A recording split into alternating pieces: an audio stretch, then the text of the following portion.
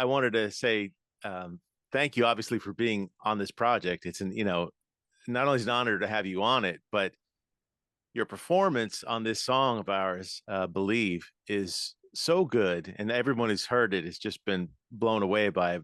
So I can't thank you enough. First, I wanted to say that up front. Um, I found it interesting that this album, there's two main themes that keep coming back through, and I didn't kind of think of this ahead of time. I was just trying to tell the story of the gospel, but the two main themes seem to be, one, getting ready for Jesus. So whether that's in the beginning, John the Baptist saying, prepare, or if it's the end, Yeah. of getting ready for yourself, your life, getting ready for Jesus in this life or the next, whatever it is. And the other is about belief and just believing in general. And there's this passage, obviously, that our song is based on, which is Mark 11, chapter 11, verses 22 through 25, where Jesus is talking about belief, and that's what we base the song on. Just give me a little bit of your thoughts on that passage, but overall, about the importance of belief in our faith, and just kind of what that means to you. Well, I think, when we really dissect the word belief, it's such a broad word that it's one that, man, to me, when I examine belief, that's such a powerful, bold word, because it's something that I'm saying that when I believe in something, it's like I'm saying that I take it out of my hand, put it in what hand I believe it in, that it's going to take care of me, even when I can't take care of myself. You know what I mean? Right. It's almost like just putting your life in something or someone else's hand. And then in this incident, it definitely would be God, putting our life in God's hand. And so, that's man, that's a broad word, man. That's a broad word, and it's a word that it'll test your faith. You know what I'm saying? Because there's so many connections to the word belief that we have to be connected to. Faith, our faith, our humbleness of allowing something or someone else to control what we do. Having the faith in something that, man, faith, Hebrew 11:1, our faith is the substance of things hoped for, the evidence of things not seen. Something that I can't see, but I still believe in it, that it's going to work for me. And not only that it's going to work for me, but I think when you have true faith, it's not even saying that it's going to work for me. I know I've already been victorious in it. You know what I mean? Right. It's just powerful like that to me. I think that word belief is just so powerful, man, because Jesus even makes comments about believing. He tells his disciples, blessed are they that don't see miracles. You know what I'm saying? But they still believe in what I say. Because he's saying, if you guys hadn't seen my miracles, would you really believe me? You know what I mean? So Right. it's man, that word belief is so powerful, and I think it's every individual have to, resonate in their own spirit, in their own mind, what that means to them. You know what I mean? How far are you willing to go for that? How because you can believe an individual, so far. You don't, everybody, you don't believe all the way in. I may believe your abilities, but still I may not believe in you. You know what I'm saying? Right. If I met a guitar player and I would tell him, hey man, I believe you can play this song, but I still don't believe in you.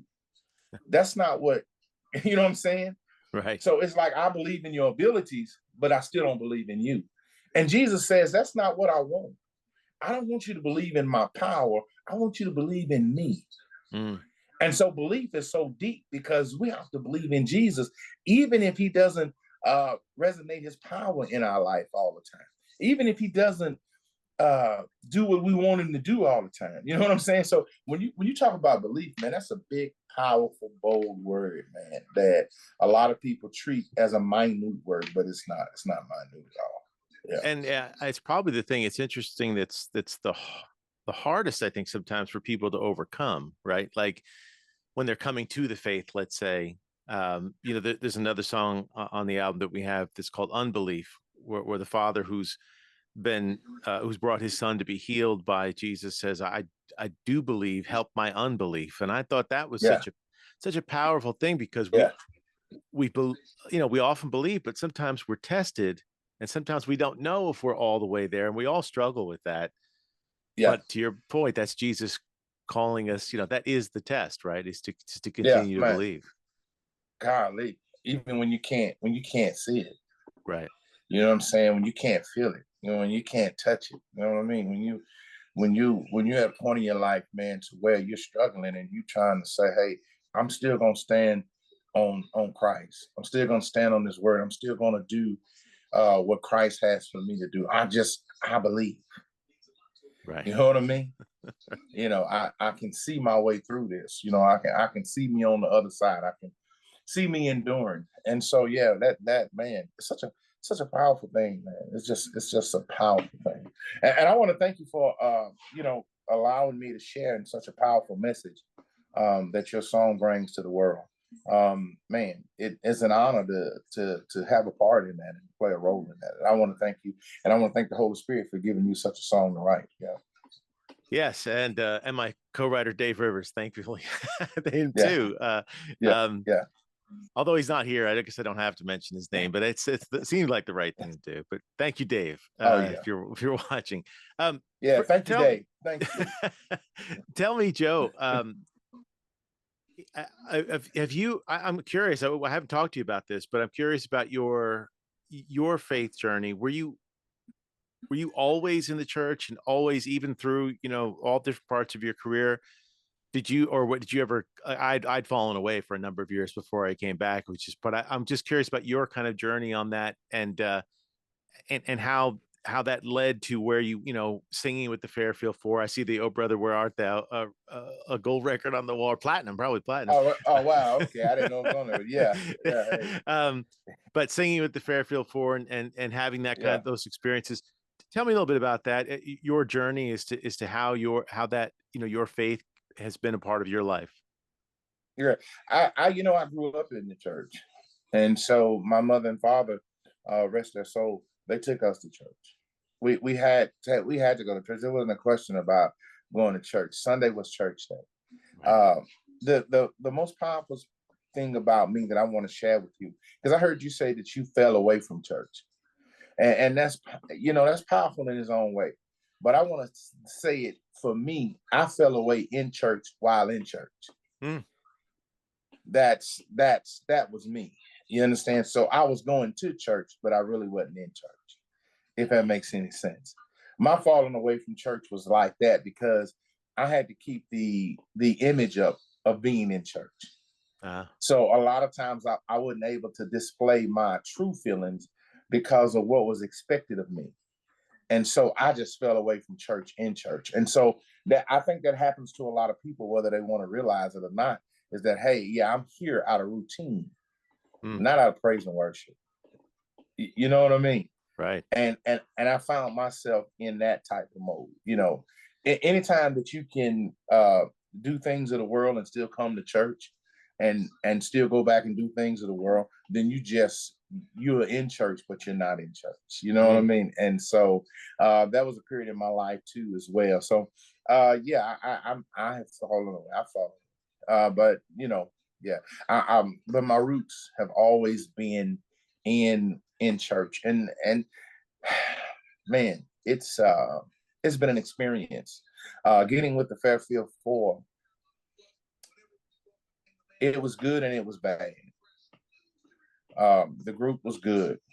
The gentleman that I got to know, that had went from being Mr. and first names to uncles to me. So that was the process of our relationship. Mr. Waters. Well, Mr. Waters got to be Lit. Then Lit got to be Uncle Lit. That was the process of all of those guys. So yeah, the process with them guys were phenomenal, as far as showing me some things of being a young man that's going to pursue a singing career in the world. The bad side is that when you get to singing on the level that we were singing on at that time, there are bad things out there, man. There are a lot of bad things out there. And you start to see things that you didn't think was out there. And so I was much younger then. And so some of the things that I saw was hard for me to deal with, you know? And it goes from being spiritual to business. And when it goes from being spiritual to business, then you start looking at everybody's downfall as just being business, and you lose the spirituality of what you come in there for. And so that's the part of me that I had to fix.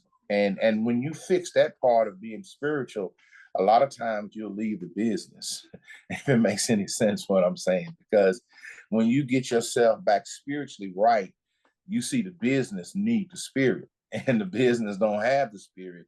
And now you're wondering, how can you pursue and be spiritual when you just really about the business? Right. You know, so Right. that was the concept that I learned. And you know, and so yeah, it becomes a routine, bro. It becomes a routine. It becomes a routine that a lot of people will never understand unless they do it. I have the utmost respect for those that are still traveling the world and still singing and doing what they love. I love it too. I miss it some, not all the time, but I do miss it some. I miss the energy of getting on stage and you got 50,000 people out there chanting, you know what I'm saying, ready to hear what you got to say. Yeah, I miss that part, but I don't miss the other parts. Yeah. But now tell me though, at what point do you become, and you're obviously a pastor as well. At what point is Yeah. that? Is that during that time of, say, the Fairfields, or is that, do you leave the Fairfields and start a church? I'm curious about how that starts for you. Well, pastoral is different from being called to the ministry. I was called to the ministry before I got with Fairfield. Pastoral, the pastoral part of the ministry started really after Fairfield, like at the end part of Fairfield. And then there comes a time too where you say, how can you pastor a church and sing on the road? You know, so those different combinations came up, you know. And so when you're responsible for sheep, there's a lot of and so I ask myself too, when I see pastors that are doing that, like, man, how are you being responsible for your parishioners? Because you're out on the road. You know what I mean? So Right. there comes a sacrifice when you start pastoring that a lot of people won't understand. Because if you're pastoring parishioners to the of a godly type of pastoralship, then you realize that, you know, you have to sacrifice some worldly stuff. So and so, you know, that's yeah. Well, And that's the sometimes the parishioners can make you want to go back and, you know, be back out on the road. But yeah. well, I mean, that's right. That's the ultimate sacrifice, right? Like the sacrifice that was given to us through our, you know, through Jesus. That's Yeah. the example, right? Where that we're always, and it's the balance too, right? Like if you know, I know the same thing of having had a day job for the last number of years, right? Not as a pastor. But something that I felt I was called to do, and teaching young people. And at the same time, you still have this call, right, to make music, and you have sort of, you know, the anointing, right? Like the talent that you were given Yeah. by God. And obviously you were blessed with a lot of talent when it comes to music. How how do Praise to you him. how do you like, what's left for you to do that you really want? I mean, having had success and won several Grammys and all the different things that you've done with your music, with your ministry, with both, do you see them coming together? Like, what is it for you that you want to kind of do in the next, I don't know, you name it, number of years, and this the second, you know, chapter that we all get? Like, what is Yeah. it that you really see for yourself, and that you want to do? I want to come into the full fruition of the man God designed me to be. I've been entities of that man, you know. Uh, I've been entities, but I've never been the full man. And I want to win about 4 more Grammys. I mean, I want to my pastoral is very important to me. I'd like to, have a numerous numbers of people that follow under the leadership that God has given me to give to people. And then later on in life, if the Lord says so, I want to leave a legacy that when I leave here, that my name will still be strong, that what I've done will still be strong. I want to do things that are going to leave a legacy on this place. You know what I mean? You know, man, I think a lot of times we get our wants and our visions mixed up with our mission. And a lot of times what happens is people complete their mission, but their visions, they don't get to complete. Mm. Because when you complete your mission, then God may say, hey, it's time for you to go.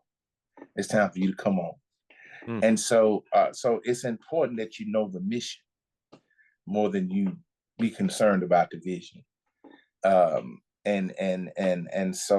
God has given me a mission. God has given me visions as well. And so to become the full man that God has given me, that's my desire. And to live a life that is pleasing to him,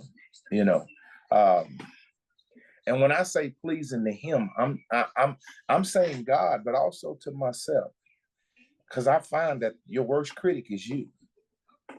You know when you're living wrong, right? You know when you're doing wrong, and it's you that will destroy you.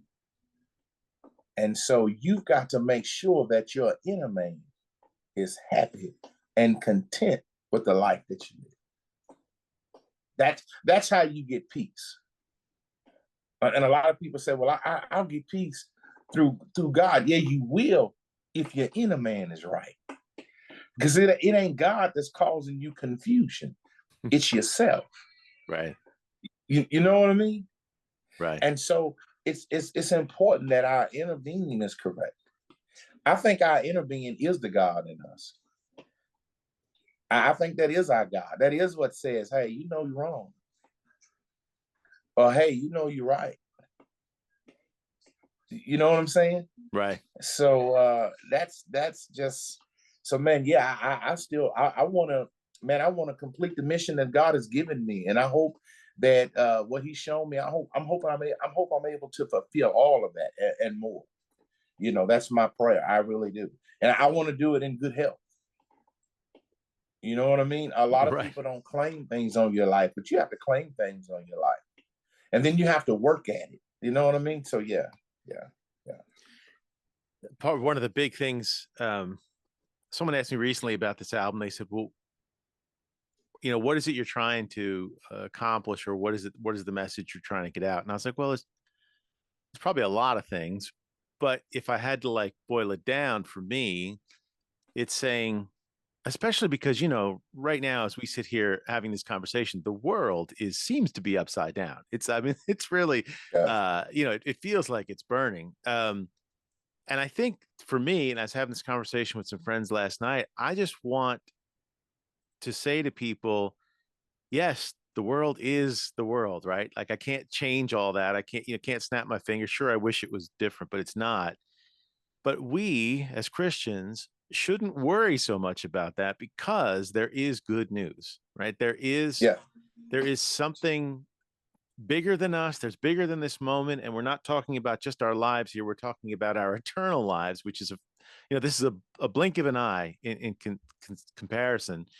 And so that for me is just trying to say that to people, saying look, here's the good news, and here's the gospel of Mark's gospel, right? Here it is. And you can take these bits of scripture, now go read the whole thing and read more, but at least this will tell you that there is good news. The last song on the album, which you are a part of as well, because you're on two songs on this, it's a song called Good News. And that's just saying, get ready for the good news of the Lord. And so what would you say to that, to people, to encourage people that are feeling, down, that are worried about the whole world burning and all these different things, and that there is hope for us? How do you tell people when they come to you and say, Pastor Joseph, how do I deal with all this? How do I overcome this in my own mind? Yeah. Well, you know, like you said, the world is so bitter right now, man. It's very, very, very complicated. And so we live in a world to where it seems that, you know, everyone is just about self. And so a lot of people are struggling, and a lot of people are dealing with a lot of issues. Um, you know, if I don't really have a magic wand to to tell someone what to do. In my case, I try to be supportive and meet them where they are. I try to give them strength in the midst of the dirt. And it's important that when we are in the dirt, that we realize that it's in the dirt where things grow. Hmm. Somehow we look at the dirt as being the dirt and forget what the dirt is made up of. It takes dirt to make things grow. I think a lot of people don't realize that. They think, well, man, I'm down in the dirt, I'm down in the dumps. Yeah, man, but that's your growing process. You're on your way now. Hmm. And so it takes those tears to water your dirt to make your roots grow. And I think most people miss it, that in order for you to grow up, you first got to grow down. Every plant grows its roots down before it begins to sprout up. Hmm. And so the good news is that God may have us in the dirt, but understand that that's what he designed. He made us from the dirt. He made us, he made us that way. So it's his hands that can fix and change things. And so I always just try to meet people where they are to get them to say, man, because see that a lot of times we have to come to the reality that everything in our life, God ain't gonna change. Everything that's bad, God ain't gonna make it good.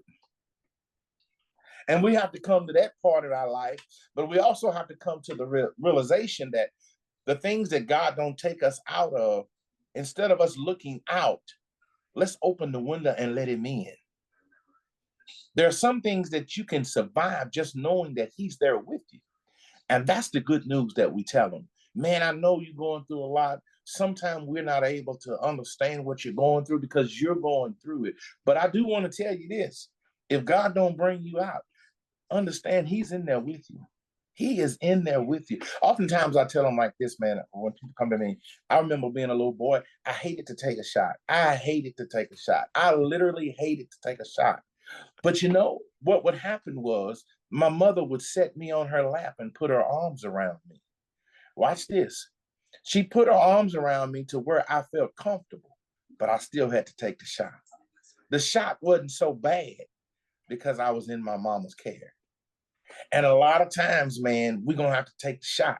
Right. But man, if we just realize that we're in the arms of an almighty God, somebody that's powerful enough to hold us, may not stop the shot from coming, but man, just me and saying, hey, I feel better. You know what I mean?